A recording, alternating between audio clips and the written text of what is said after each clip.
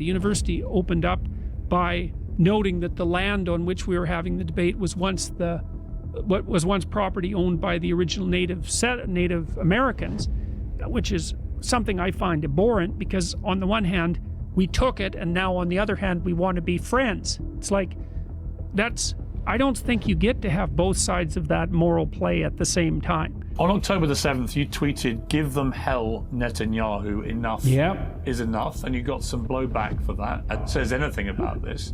Do you have any regrets about it? When Peterson joined Daily Wire, that was a bit shocking. I knew where this was going. First, I like working with Ben Shapiro and his crew. You're going down a path I can't follow. Because of Obi-Wan. Because of what you've done. What you plan to do. Stop. Stop now. Come back. I love you. Liar! It's quite disappointing. The fact that the person that I rooted for, person that I used to look up to, I think he has lost quite a bit of his young audiences. Young people actually can't really relate or feel like that they're a part of his... He was the hero who turned into... You sell your soul to the devil, not so much for knowledge in some sense, but for power, right? And that can be technological power. I'm going to explain how the sell your soul process works, and then you can apply it to the people you see who are famous to decide whose soul has been sold and who still owns their integrity and sovereignty. When you've built something yourself, it's pretty intense to sign it over to someone. Are you going to have the freedom to do what you want? Are people going to think you're a sellout? The contract was intense. They offered a lot of money. And if you think Daily Wire has signed up Jordan Peterson with them is because they want to make money off of Jordan Peterson, you're just stupid. I don't know what world you're living in. So you have these gatekeepers, and these gatekeepers basically offer you fame in return for not having certain opinions on certain subjects or not mentioning certain subjects at all. They do everything. He just walks in and records now. He can record from anywhere, so he's not even forced to be in a studio. They go 3 hours away from his house to film the podcast at his cottage, so it's convenient for him. They were on tour all over Europe, Australia. It's crazy. And there are a few people who have done it, who've become monumentally famous and well-known without having a gatekeeper of any kind, without having a sports team or a manager or a producer or a platform or one of these things that promotes their fame. What happens is they come along and try and put you under a gatekeeper.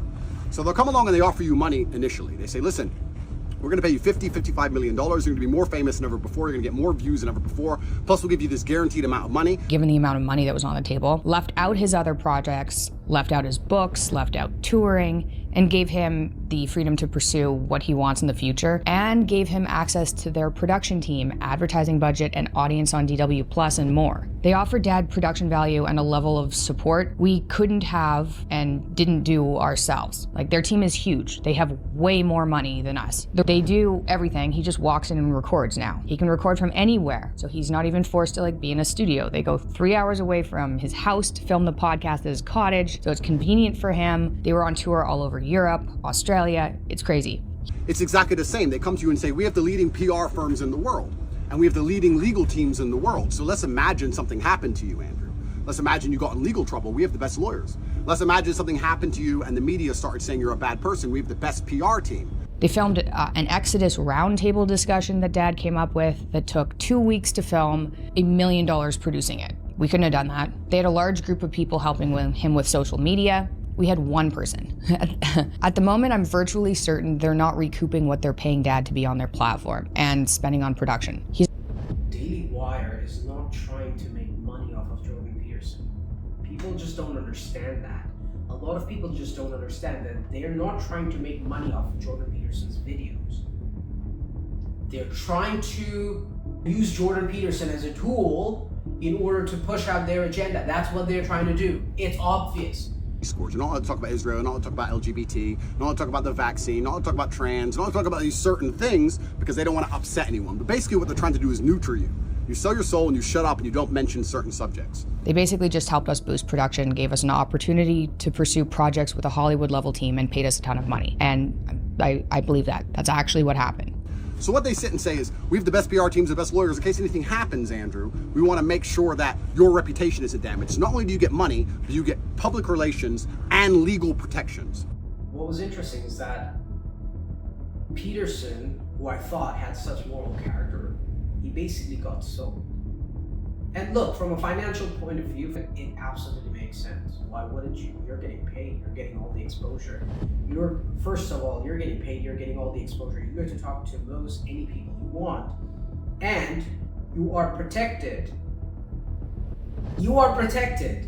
If you become famous without being part of the racket, they try and convince you with money. If money doesn't work, they then try and explain to you that they control public relations, and they also have huge legal influence in most countries around the world. And having a professional crew of several hundred people available to handle logistics, filming, production, travel, editing, distribution, marketing, and merchandising is a non-trivial advantage. That if you don't use that PR team for favor, that PR team will turn on you and attack you in the media. If you do not use that legal team for favor, that legal team will do its best to try and drum up charges against you wherever you manage to lay down your head at night. And it's a big protection racket. Fourth, it was prudent to protect myself and the intellectual property I have produced and will continue to produce. And they try and explain to you that you're going to need this protection. You're too famous and you're too well known to be going through life without the kind of friends that can be afforded from a contract like this. We have the best PR teams that are in links with the media, and we have the best lawyers globally. He released 2 videos, message to Christians, and then he released second video, which was about message to Muslims, and the third video was message to... Actually, there wasn't a third video. You know, you would expect that Peterson releasing those 2 videos, he would finish the series, right? He would release the third video. There was no third video. The fate of the world depends on the decisions of the people of Israel, just as the fate of the world depends.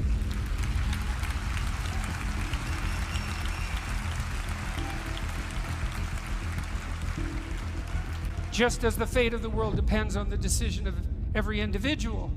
So you make yourself a shining light on the hill, right? You attract people here because of what you're capable of doing. You show the world what the holy city could look like, because we need it. We need it, and it's up to you to do it.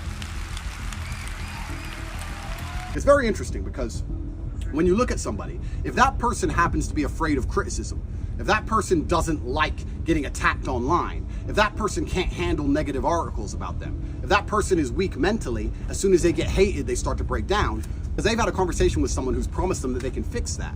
And the only place they can't really fix it is on Twitter, because people still have a degree of free will and free speech on Twitter. The news and these other places, they'll start to say good things about them. Plus, they'll be financially secure, so they can sit in their room all day hiding from the world because their bills are paid while they have their little mental breakdowns. He can't talk about certain topics, like, for example, he can't take sides. What happens to Candace Owens? Exactly what happens to Candace Owens. She was kicked out by Daily Wire because she questioned who? Exactly. Above all else, Jordan Peterson deeply cared about truth and humanity. That was until I discovered his Twitter. Jordan's Twitter is an absolute f***ing dumpster fire that tarnishes his over 25-year-long career. You know, you don't want to see your favorite professor getting mixed up in petty Twitter wars. One of the reasons why you love Twitter so much? Well, Twitter, yeah. I have pulled back from Twitter almost entirely in the last 4 months, and I can't say that that's done me any psychological harm. I've quit reading the comments. I've almost stopped reading Twitter comments. Almost? Yeah, well. Still hanging in there? Yeah, and I'm not exactly sure why. I mean, I've almost completely stopped reading Twitter comments in the last month, and I'm definitely better for it. Yeah, it makes you way happier, right? Oh yeah, it's too much. It's too much. Crazy. It's too crazy. Yeah. I don't think it's good for you. No, I don't think so either. But, and I'm rethinking Twitter overall at the moment about how to use it. You know, he said, "Sorry, not beautiful, and no amount of authoritarian tolerance is going to change that." Now, this is now.